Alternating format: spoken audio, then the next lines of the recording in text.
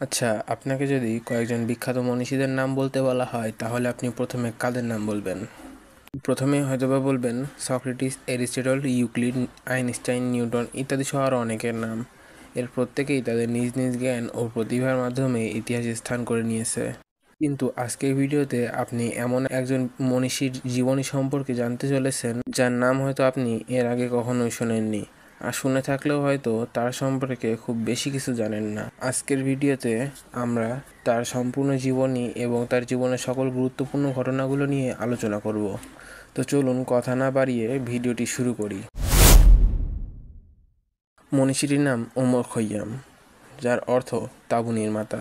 তার প্রকৃত নাম গিয়াসউদ্দিন আবুল ফতেহ উমর ইবনে ইব্রাহিম নিশাপুরি, তবে তিনি ওমর খৈয়াম নামেই অধিক পরিচিত।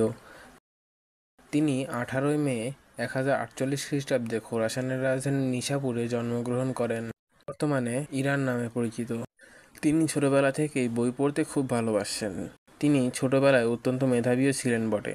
কঠিন কঠিন দর্শন গ্রন্থ ও কিতাবসমূহ মাত্র 6 থেকে 7 বার পড়ে মুখস্থ করে ফেলতেন, যা নিঃসন্দেহে তার তীক্ষ্ণ মেধার পরিচয়।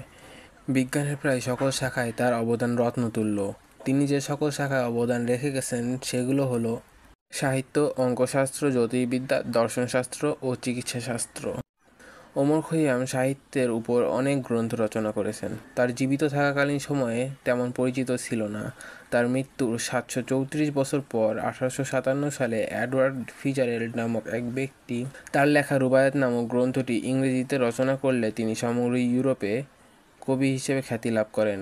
সাহিত্যের উপর তার লেখা উল্লেখযোগ্য গ্রন্থ হল রুবায়াত, মিজান আল হিকাম।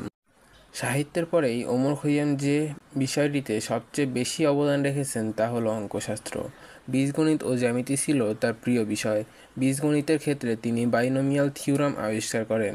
এখন আপনার মনে প্রশ্ন জাগতেই পারে, আমি তো জানি বাইনোমিয়াল থিওরামের আবিষ্কারক নিউটন, তাহলে? আপনি যা জানেন তা সঠিক নয়। বাইনোমিয়াল থিওরামের প্রকৃত আবিষ্কারক ওমর খৈয়াম। নিউটনের জন্মের শত শত বছর পূর্বেই তিনি এটি আবিষ্কার করে গেছেন।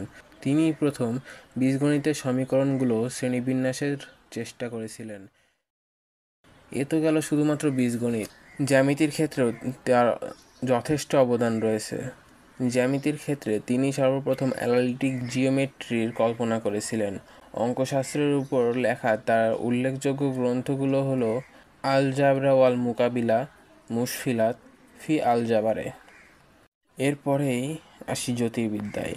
জ্যোতির্বিদ্যায় ছিল তার অসাধারণ ব্যুৎপত্তি।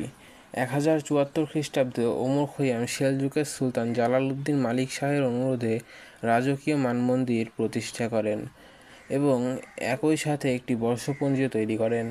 এই বর্ষপঞ্জি ছিল সৌরনির্ভর। এই বর্ষপঞ্জিতে 3370 বছরে শুধুমাত্র একদিনের ভ্রান্তি ছিল, যা নিঃসন্দেহে তার তীক্ষ্ণ মেধার পরিচয়। শুধু তাই নয়, তিনি একটি নতুন গ্রহ আবিষ্কার করেছিলেন।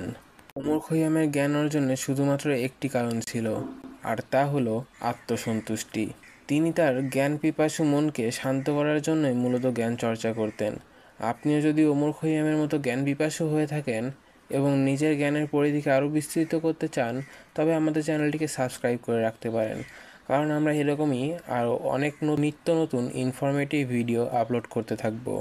যাই হোক, back to the video. Omar Khayyam সম্পর্কে মাইকেল এইচ হার্ট তার বইয়ে লিখেছেন, ওমর খৈয়ামের প্রতিভার সামনে সক্রেটিস, এরিস্টটল ও ইউক্লিডের প্রতিভাও নিষ্ক্রিয় হয়ে যায়। এখন আপনি হয়তো ভাবছেন যে ওমর খৈয়াম এত বড় দার্শনিক, জ্যোতির্বিদ ও অঙ্কশাস্ত্রবিদ হওয়া সত্ত্বেও আমি তার নাম আগে কেন শুনিনি। প্রকৃতপক্ষে ওমর খৈয়াম কখনোই নিজেকে মানুষের সামনে জাহির করার চেষ্টা করেননি এবং সে অসাধারণ ব্যক্তিটিকে তার জীবিত অবস্থায় নিজ মাতৃভূমির লোকেরাও চেনার চেষ্টা করেননি। ওমর খৈয়ামের এই অসাধারণ মেধা ও প্রতিভা সম্পর্কে মুসলিম জাতির অনেকেই হয়তো আজও জানে না। শুধু তাই নয়, তার মতো বহু মুসলিম মনীষী নিজ ব্যক্তিত্বকে লুকিয়ে সারা জীবন মানুষের কল্যাণে কাজ করে গেছেন। তিনি ব্যক্তি জীবনে ছিলেন আল্লাহভীরু। তিনি 1123 খ্রিস্টাব্দে সেজদারত অবস্থায় এ নশ্বর পৃথিবী হতে চিরবিদায় নেন। মৃত্যুর পূর্বে তার অমূল্য বাণী মানব জাতির জন্য রেখে যান। তার অমূল্য বাণীটি হলো, সূর্যের আলোতে যেরূপ পৃথিবীর সকল কিছুই ভাস্বর হয়ে ওঠে, তেমনি জ্ঞানের আলোয় জীবনের সকল অন্ধকার উদ্ভাসিত হয়ে ওঠে।